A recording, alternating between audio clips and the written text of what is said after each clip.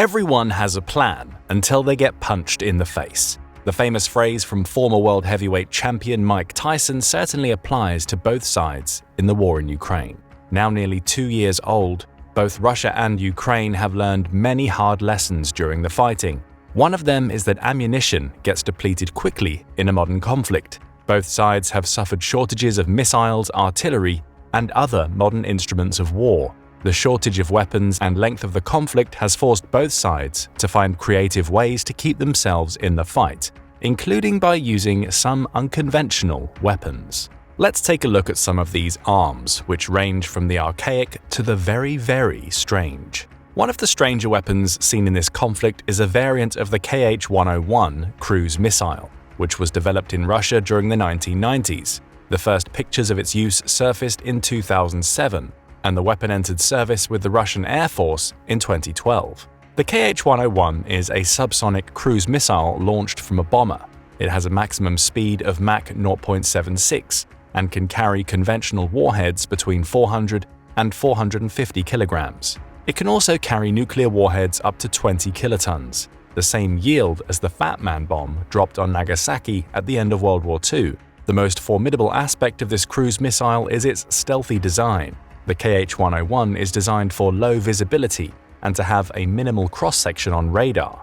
It flies at low altitudes as well, sometimes as low as 30 meters, further protecting it from radar observation. The missile can hit targets to an accuracy of less than 10 meters and has a range of 3,000 kilometers. The Kh-101 has good precision features, as it's capable of striking targets in motion and can change its target if need be. The Kh-101's guidance system, called the Oplesk-U, is equipped with electro-optical features to correct its flight path and a TV guidance system for when it descends to hit its target. At first glance, this weapon does not seem strange. Precision missiles are an important part of modern warfare. International security experts had hoped that sanctions on Russia would prevent it from getting the components needed to manufacture such missiles. For a while, it looked like this might have been the case as the intensity of Russian missile attacks on Ukrainian cities deceased. However, 2023 has proven that Russia can still manufacture its cruise missiles at scale.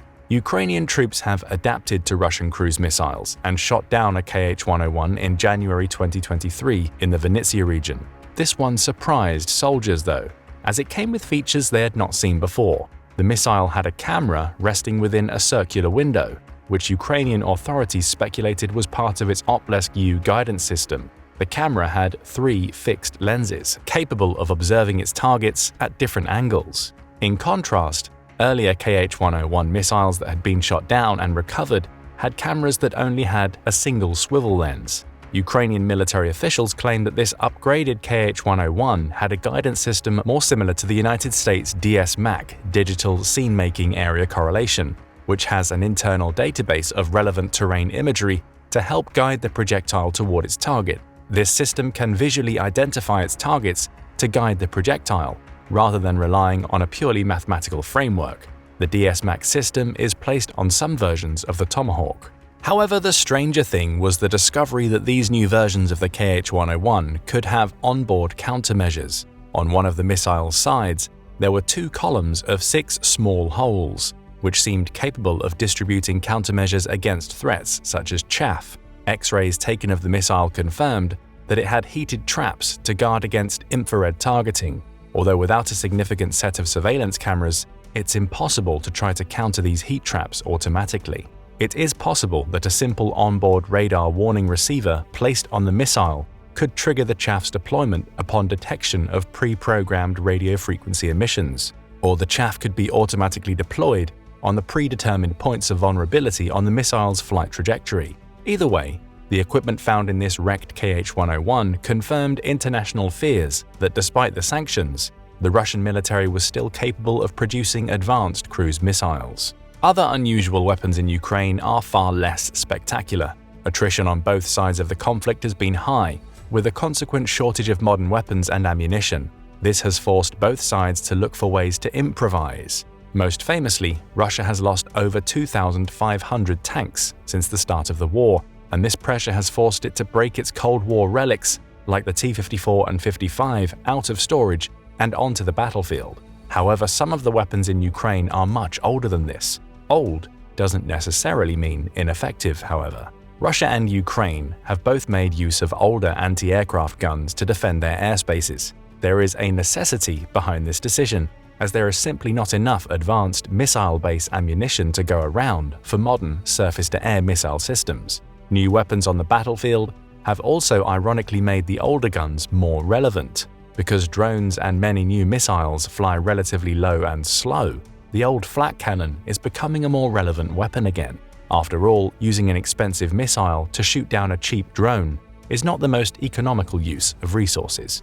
For example, archaic anti-aircraft guns are a good option for Ukraine to counter the Iranian-made Shahed 136 kamikaze drones that Russia has deployed in large numbers in the conflict. Experts at the Royal United Services Institute (RUSI) assessed that in countering these drones and other loitering munitions, in general, gun systems are preferred over missiles where possible, due to much lower cost per engagement and higher availability of ammunition compared with SAMs and manpads. The RUSI staff urged Western leaders to help make these anti-aircraft guns more effective. For example, the Soviet and Russian self-propelled anti-aircraft guns such as Shilka and Tunguska have had trouble against the Shahed and other kamikaze drones because they fly too low, but the German Flakpanzer Gepard has proven highly effective against them. Should these older weapons be fitted with radar and laser rangefinders, they could be much more effective in shooting down the Shahed 136 and other cheap,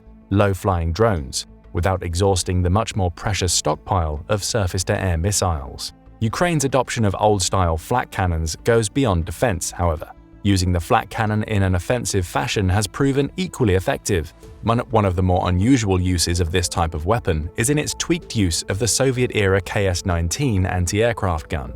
This weapon was first introduced in 1947 and fires a 100 by 695mm shell. Ukrainian troops are now mounting this gun on the back of ubiquitous civilian trucks, which allow them to be moved in and out of combat rapidly. Although old, Ukrainian troops are improvising with these guns in surprising ways. The gunners are equipping them with tablet computers and pairing these with drones. Once the drones are in the sky, they can track Russian targets on the ground. The drones then send back data to the gunners, who then fire upon them, thus adapting the anti-aircraft gun for an anti-infantry and anti-armor role. One artillerist involved in these operations, Sergeant Yevgeny Itvin, said that the process of modification was very simple. It's like a box with two antennas. You just put it on the gun, you put two antennas on the barrel, one on the edge of the barrel and the other on another side. Ukrainian forces are often paying for this KS-19 modification process with their own money, demonstrating the shortage of modern military equipment, but also their ingenuity and the relatively low cost of adapting these old anti-aircraft guns for modern purposes. According to Itvin and others, this process, which was first reported in November 2023, had already killed 1,000 Russian soldiers. This modified KS-19 gun is capable of hitting targets spread up to 328 feet apart, and it can kill dozens of enemy troops in a single blast, making good use of each shot of ammunition. Even older weapon systems have proven equally effective on the modern battlefield. One of the oldest weapons seen in use in Ukraine is the World War I-era M1910 Maxim machine gun, which had its design origins in the 1880s. The belt-fed machine gun fires the type of 7.62 by 54mm ammunition that has been in use in Russia since 1891, meaning that there are almost limitless rounds available for it. The machine gun is also water-cooled, making it versatile and durable compared to air-cooled machine guns, which often overheat, even in winter temperatures. In theory, an M1910 machine gun can fire indefinitely, as long as it has access to water and ammunition. The Maxim machine gun is also surprisingly easy to modify for modern purposes. Ukrainian soldiers have been spotted placing modern optical equipment and camouflage on it, as well as a stock and suppressor. After seeing some use in early 2022, the M1910 Maxim reappeared in the Battle of Bakhmut. The weapon's main strength is to protect defensive positions, and this is how Ukrainian troops have used it. In Bakhmut, Ukrainian operators used it to mow down swathes of Russian attackers in scenes which harken back to its World War I heyday. In this 21st century version of trench warfare, Defenders can mount a series of M1910 Maxim guns, a remote-controlled rig that can spin 360 degrees. During the battle, video spread on TikTok of Ukrainian troops firing 4 of these machine guns at the same time, with each gun's ammunition belt fed from ammunition canisters strapped to a rig. One Ukrainian soldier said of the M1910 Maxim, "It only works when there is a massive attack going on. Then it really works." The M1910 is not the only old weapon that has worked for Ukrainian troops. The DP-27 Degtyaryov light machine gun is another old automatic weapon being used by some units in Ukraine's reserve forces. This weapon was introduced in 1928 and was once called Stalin's record player, on account of the drum magazine mounted on top of it. Before the war, the Ukrainian Territorial Defense Forces were spotted with it near Kyiv. Once the invasion began, images circulated of units there defending the capital with this weapon. The DP-27 was, like many other Soviet weapons, designed to be reliable in extreme conditions, such as freezing temperatures and mud. The weapon is chambered for the ubiquitous 7.62 by 54mm round, and the notable Pan magazine can hold a total of 47 rounds. It is capable of firing 550 shots per minute, which is lower than other, more modern machine guns, but since the DP-27 is air-cooled, the lower rate of fire reduces the chance for barrel overheating. Unlike some troops using other older weapons in the war, Ukrainian troops using the DP-27 have not seemed to complain about the weapon and remain in good spirits with it. One video circulating on social media in March 2022 showed one of the soldiers pretending to be a DJ with it and dancing to a tune with a smile on his face. Such small gestures often help to maintain morale and basic humanity under hellish conditions. In its defense of entrenched positions, the Maxim machine gun has proven itself useful in a modern setting, and the DP-27 seems to be good enough to fulfill its intended mission. However, other weird weapons in Ukraine have only made their appearance for a true lack of better alternatives. One of these weapons is the Mosin-Nagant bolt-action rifle, which saw widespread service in the Russian Empire and later the Soviet Union from the 1890s until the end of World War II. Although the Mosin-Nagant exited active service in the late 1940s, it was still produced in Soviet factories until the 1970s. And because so many millions of these weapons were manufactured over nearly a century, they have been used during the war when the supply of modern weapons is short. In April 2023, Reuters reported that conscripts fighting in the separatist armies in the Donbass region lacked proper equipment and so were armed with the archaic Mosin-Nagant rifle. Images circulating on social media at the time also purportedly showed these troops carrying the Mosin-Nagant, though Reuters could not independently verify them. In July 2022, video surfaced of a Russian company commander complaining that his men too were using the 1944 variant of the Mosin-Nagant due to a shortage of equipment. A few months later, when Putin announced his partial mobilization and drafted 300,000 reservists, there were also reports that some of them were being issued the Mosin-Nagant instead of modern assault rifles. Given the other equipment shortages facing these troops in particular, such as a lack of proper body armor, the Mosin-Nagant's presence among some of these troops seemed consistent with what we know about Russian logistics. The Mosin-Nagant rifle has a clip of 5 7.62 by 54mm rounds. It's a bolt-action rifle, meaning the operator must cycle the bolt back to eject a spent cartridge and load the next one into the chamber. Bolt-action rifles are more accurate per shot than semi-automatic rifles or fully automatic assault rifles, which is why snipers still use them. For a frontline unit, however, it's not ideal, as these weapons have too slow of a rate of fire by modern standards. The issuance of this weapon to frontline troops had many war watchers calling them cannon fodder, a fact which many of the Russian conscripts agreed with. Separatist troops from Donbass have also been seen using the World War II-era PTRS-41 anti-tank rifle. This weapon was first brought into service in 1941 and fires a 14.5 by 144mm armor-piercing round. During the Battle of Stalingrad in World War II, Soviet forces often mounted these guns on rooftops and fired down at the thinner turret armor of German panzers. 80 years later, forces from Donetsk were seen with them, still carrying the nearly century-old ammunition cartridges as well. The PTRS-41 is a semi-automatic weapon, with the ammunition stacked in an overlapping pattern similar to the famous M1 Garand, making for a clip that attaches to the gun. Unfortunately for the operators of the PTRS-41, this design was not done as well as the American version, and it makes the weapon prone to jamming. There are scant reports about the PTRS-41's effectiveness against modern tanks. The separatist militias fighting alongside the Russian forces in Ukraine might be using it in a more general anti-material role. This weapon would be effective against more lightly armored vehicles and supply trucks at least. Widespread reports of the use of archaic small arms within the Russian and separatist forces indicate their trouble. However, things have not always been smooth for Ukrainian forces either. Ukraine has also been forced to break decades-old small arms out of storage since modern weapons are in such short supply. Another archaic weapon in the service of Ukraine is the TT-33 pistol, which entered into use for the Soviet Union in the 1930s. Since over 1 million of these weapons were manufactured during its service life, they are easy to find and break out of storage when required. The TT-33 is a semi-automatic pistol that comes with an 8-round magazine, chambered for a 7.62 by 25mm round.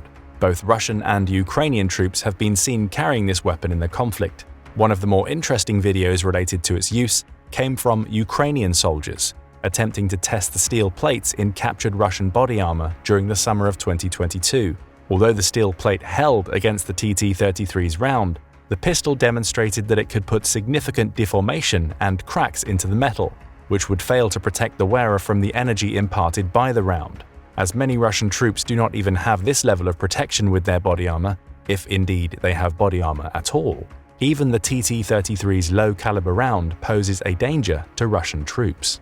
Although there are understandably not many reports of pistols being used in this war, the lack of proper Russian body armor means that the TT-33 will be a threat to many of the Kremlin's soldiers, especially the conscripts, in close quarters. Ukraine has also been forced to improvise and create makeshift weapons on the spot. The country benefits from having a large population of engineers who know how to bootstrap. For example, the Ukrainians have turned shotguns into grenade launchers by attaching steel cups to the end of their barrels.